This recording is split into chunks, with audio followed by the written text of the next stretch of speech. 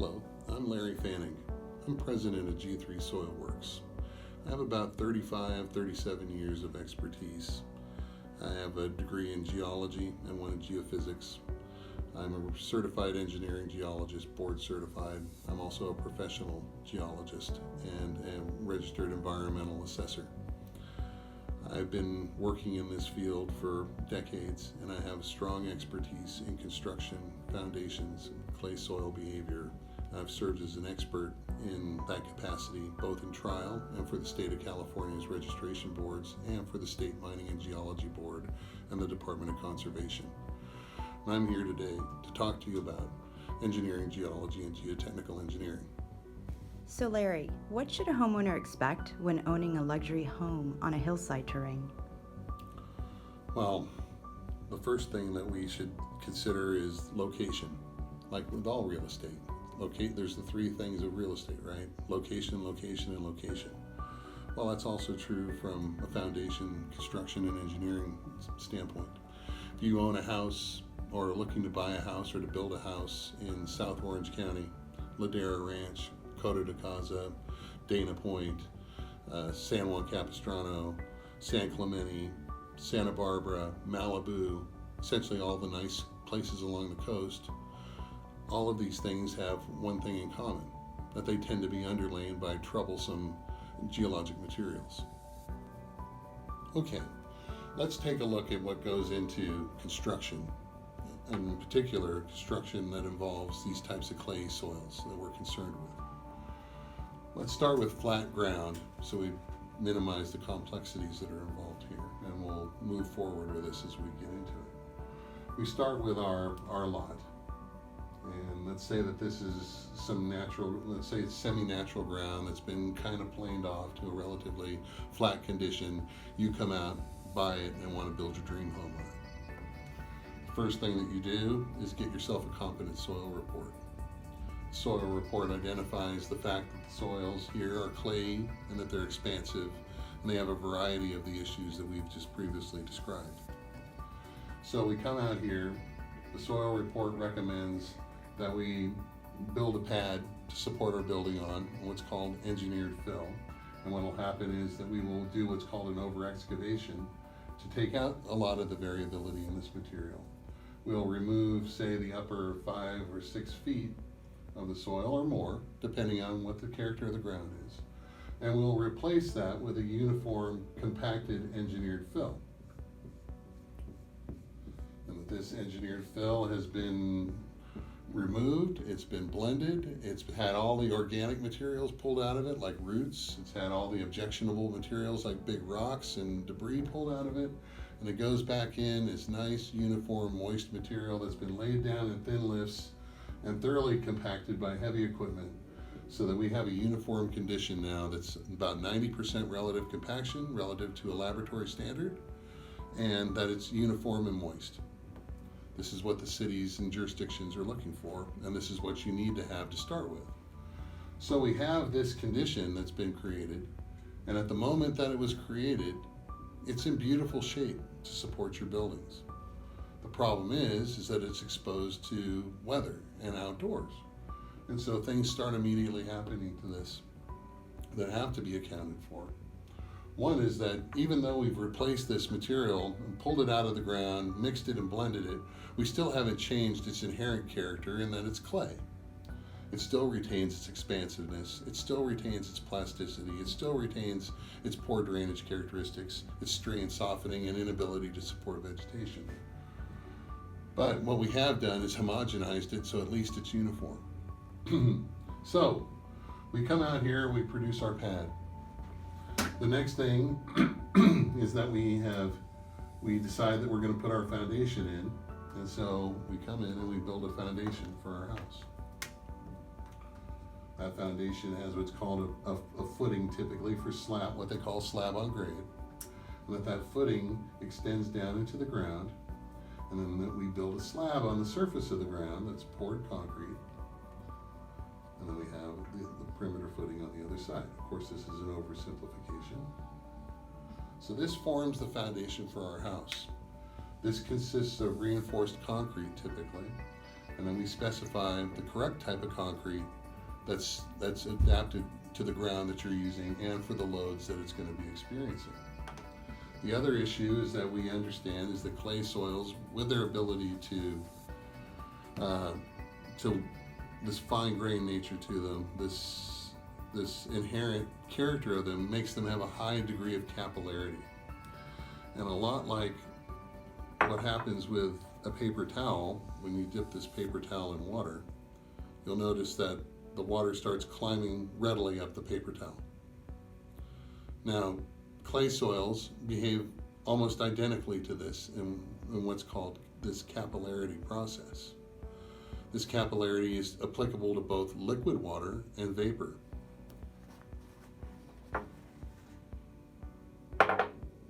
Now, what happens in here is that when you finally have your house, there's a tendency for the moisture, the moisture that's in the ground inherently is going to want to start wicking its way up through the slab. This is a condition called vapor transmission, moisture vapor transmission. This is really bad in your house because what it does is it's like living in a tent in the rain, that you start to see water in places that it shouldn't be. And that water can be in the form of vapor, and that water can be in the form of liquid water. And that can change state over time. That's the funny thing about water, is it's insidious. So in order to keep that at bay, we typically put a liner under the slab that's called a vapor retarder. And it's essentially a high strength plastic sheeting that creates what's called a capillary break. And that keeps it so the water cannot chain gang its way readily up through the slab. Then the second thing that we do is we use what's properly formulated concrete that has a high density that makes it impervious to liquid water and minimizes its ability to transmit water and vapor. So we've built this beautiful foundation to support your house. Now we come in and let's say that we frame the house and we build the rest of the house out. So now we have our house. Now the other consideration, as we said, is this expansive behavior acting in tandem with this capillarity.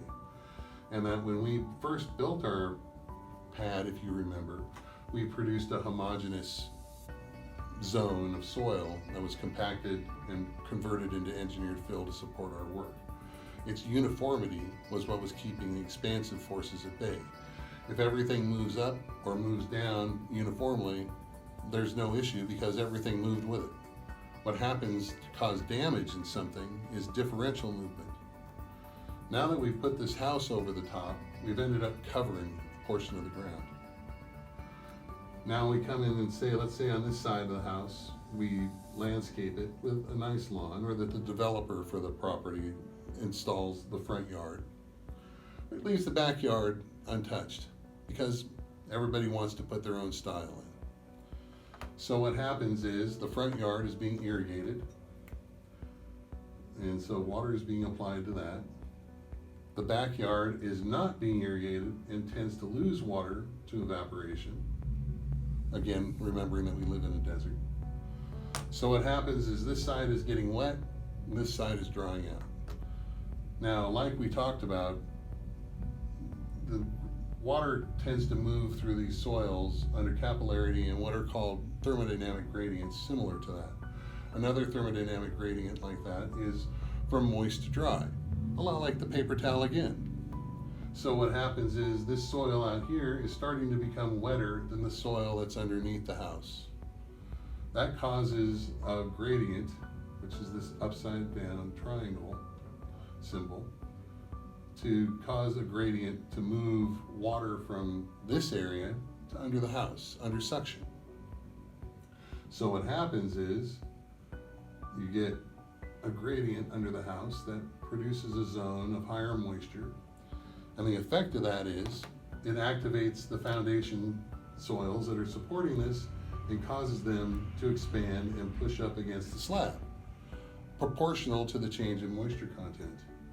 So what's going to happen is now this footing has a tendency to move upward and cause what's called edge lift. That causes the house to move upward. And at that point, you start seeing things like the roof truss pop off and getting a crack. If you have a window, now that window is in shear and develops cracks off the corners. You start getting step cracks. And not only that, the floor is deforming, so your expensive tile work is now starting to crack. And essentially, the bigger the tile is, the more its propensity is to crack. The more sensitive the stone that's used, the more higher propensity it has to crack. In a lot of these places that we mentioned, South Orange County, Ladera, Santa Barbara, the tendency is to go with the most sensitive and the largest tiles. So you're already behind the 8 ball when it comes to dealing with this. So this edge lift happens. Now, what's happening on the other side is the opposite. This is drying up, and so now we have a gradient here that's carrying the water from under the house to this area that's drying out. And as that dries out, these soils shrink, so you get the opposite happening on this side, and the foundation starts to settle in what's called edge drop. So now this part of the house is dropped down, which accentuates the damage on the other side of the house and creates its own set of problems over here. So you decide to come in here not knowing any better, and you repair all the damage, and you fix everything and you re-level everything, but that's not where it ends. So what happens is you finally put it in your backyard, you decide that you're going to put in your lawn, and then you're going to have a, pardon my drawing skill here, you're going to have your little pool assembly, then you're going to have your deck. So you've gone and you've changed things again. Now you put water in here, and now the water is starting to go back the other way. Now it's coming in here, and now the gradient goes back in this direction. What's happened over here is this gradient has dropped off because now there's so much moisture that's moved under here, the moistures are starting to become equal to each other. And when that happens, the driving force drops. So this is now becoming wetter and wetter and wetter, moving in towards the center, and we've developed a new condition that develops. Because the water is in the center of the slab areas are much less loaded than the edges. The edges have to hold up the walls and the roof. The areas where there's what they call structural walls, these walls carry loads, they're bearing walls. So there are loads that are applied to them that tend to hold that down. As you move in under the slab, it's only the weight of the slab, you and your furniture over the top of it, that's pushing down. That's a lot less. The typical loads on this might be 1,000 or more pounds per lineal foot. Over here it may only be 100 pounds per foot. So what happens is this now starts to puff up like Jiffy Pop popcorn in the center here. This now comes up, replacing this edge lift with what's called center lift. Now that you've fixed everything, quote unquote, all those cracks now can't close up and can't readjust, so they make a whole new set of cracks going in the opposite directions. And you can see how this can be infuriating in short order. These are just the conditions that you have to deal with on flat ground. Now, let's add another component to it, which is why we're here to talk about is life on hillside terrain or life with a view. What is the cost of that view? The real cost, not the monetary cost. Let's say now that we have a slope that descends down to a golf course or down to somebody who doesn't have as nice a house as you because they're living below you. Now you've introduced another situation.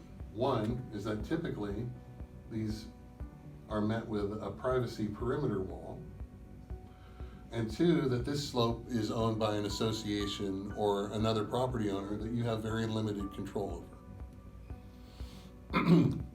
Like we talked about, they're going to be planting these slopes and they're going to put vegetation on it.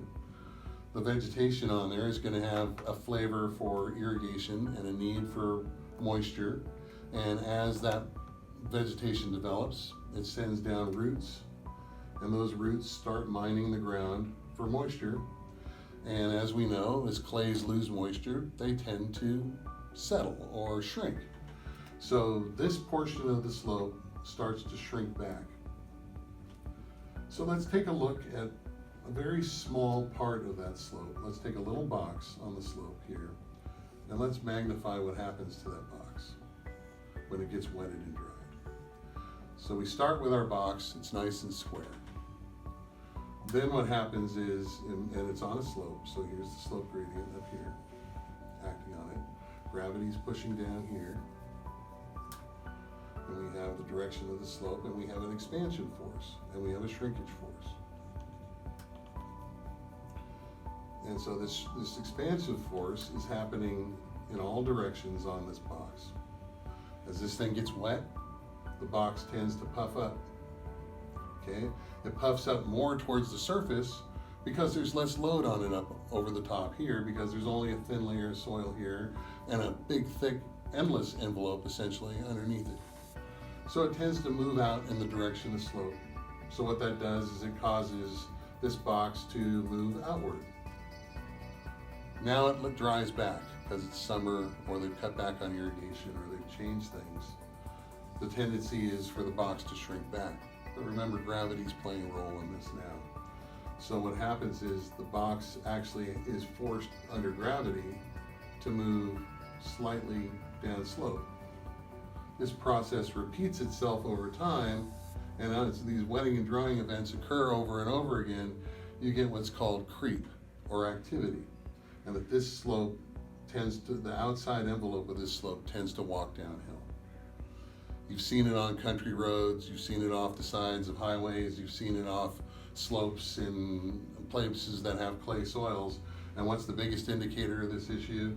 Is that fence posts tend to lean out over the hill, that trees tend to have a pronounced direction of bowing that follows that. And it's following this creep where this soil zone is tending to walk down the slope. This has an immediate effect. This creep zone has an immediate effect on your perimeter walls as shallow things that are founded in this active zone that can project up under your property. Over time, this starts walking backwards under your property until the soils come to a condition where this relaxation in this area here causes this portion up here to relax, moving down the slope, literally pulling apart and dragging apart everything that's on it. And the worst problems with this are where part of it is in the active zone, like this part of the pool here. This part's being dragged, but this part's held fixed. The result, big cracks, big separations. These separations tend to continue. Over time, this envelope, because of clay, is acting plastically. This is like a big block of wax out in the sun. So this entire envelope starts to soften. And because it has some degree of plasticity, if you were to take that block of soil and push down on it, it would blurt out and mold out like very stiff modeling clay would. When you take the weight of all that ground and the house over the top of it, you are pushing down on that clay with nothing holding it up over here, other than just the weight of it leaning against itself. As this relaxes here, you lose that, so you develop a bigger envelope over time of relaxation that causes problems that can extend a considerable distance from the slope. And you may notice in neighborhoods that you see the driveways separate, that you see a little separation at the street with the curb.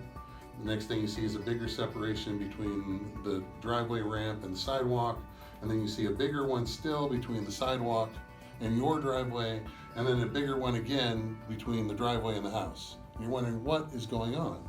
What's happening is a process that's called lateral fill extension. And that this lateral fill extension is essentially a vector of forces that wants to push the slope out in this direction. And that force becomes stronger as you approach the edge of the slope. So this part's getting pulled harder than this part. The result is your house ends up being stretched into pieces if it's not properly accounted for. So this is just a very oversimplistic analysis of the many considerations that go into the geotechnical engineering and the parts that you don't see, that are why a soil report is so important, and it's so important that it be done by somebody competent, experienced, and able to relate these forces to people who may not have a cognitive or appreciation for what these forces really are. And that anything built over the top of this that doesn't account for this is going to suffer the consequences accordingly. So Larry, now that we understand some of the hazards, and what can we do to possibly reduce some of these costly issues from occurring? One of the biggest things you can do to reduce risk of these hazards is to understand the nature of the animal, like we've been talking all along here. There's one thing with clay soils that all of them share in common, and that's water is what drives a lot of their bad behavior. And control of water in the form of moisture, in the form of vapor, in the form of liquid flowing water is going to be one of your major keys to success. What that's going to involve is recognizing that if I maintain a constant moisture content on this slope, for example, this is going to be minimized. What I do for that is have vegetation that's stable, has a moderate root development, is not moisture hungry or scavenges moisture at depth that I can't access with my irrigation. And then I have a uniform irrigation that holds the moisture content as constant as possible on this slope throughout the entire year. The next thing that I can do is I can look at my foundations. As everybody can probably intuitively grasp, the moisture contents from irrigation and all are these gradients are going to be wettest at the surface and less so with depth. If I deepen my footings accordingly, I can drop them substantially below what they call the zone of seasonal moisture variation. In effect, my footing now is acting as a cutoff. The depth of that is going to be something that needs to be studied. It's going to vary from material to material. That will react strongly to limiting the slab movement in terms of this differential movement from shrinkage and swell. That this edge lift, this center lift condition, driven by moisture changes that flow under the slab, the water has a much more arduous time getting under there if I deepen my footing accordingly. The next thing is to have a slab that's stiff enough and adequate to resist these forces to the extent that's possible. Then the next thing that we do is we look at architectural issues. If I include insulation in my windows, for example, that allow my windows to have some degree of cushion, I'm going to limit that movement. If I use a ceiling coping along the top, that coping would tend to hide movement and small cracks that are of a nuisance nature, not necessarily structural, but are going to draw your attention to it, and that coping will hide that. The next thing is having properly founded and properly developed materials on your top of slope and for your pool that are adequately tied together structurally to minimize differential movement between them and to resist these shearing forces that might want to pull them apart. All of these are, and much more, are things that you can consider to reduce your risks of developing a problem. All of them require the use and implementation of a soil engineer and engineering geologist is very competent in what they do and is able to deliver that message to the rest of the team. So Larry, what can we do to reduce these costly issues from occurring if either I'm building a new home on a hillside or maybe I'm already starting to see some of these issues? What should I do? Okay, well, we'll have to look at this in a couple of different character settings. One is that this is pre-existing development that you're looking to buy, and the other is that you're doing your development yourself. When it comes to the first category of pre-constructed materials, you would want to look for a vetted developer, one who's got experience, one who's got a lot of this under their belt, and one who's willing to take the time and expense to hire the proper professionals to make sure that these conditions are very well accounted for in the original design and follow that through in construction.